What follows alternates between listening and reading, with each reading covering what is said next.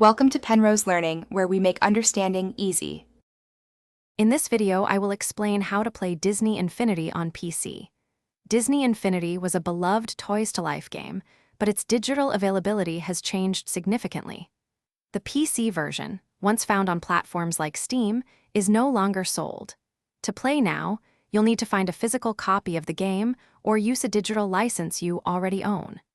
This guide will walk you through the necessary steps to get started. Acquiring Disney Infinity for PC now requires a different approach since digital sales have ended. Your best bet is to look for physical PC game discs. These can often be found on online marketplaces or in pre-owned game stores. Ensure any disc you purchase includes a valid installation key if one is necessary for that version. If you previously bought a digital copy, your existing license might still allow you to download and play. Once you have the game, installation is straightforward. Use your physical disc or previously downloaded digital files to install it on your computer. Before starting, quickly check that your PC meets the minimum system requirements for the specific Disney Infinity version you have. Next, connect your Disney Infinity base to an available USB port.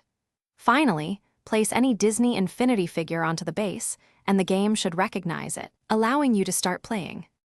Playing Disney Infinity involves placing your favorite figures and power discs onto the base to unlock characters, playsets, and special abilities within the game.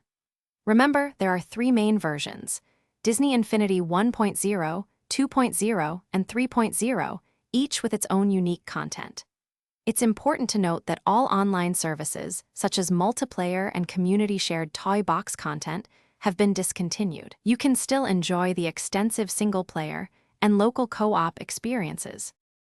Thanks for watching. If this was helpful, leave a like and consider subscribing. See you next time.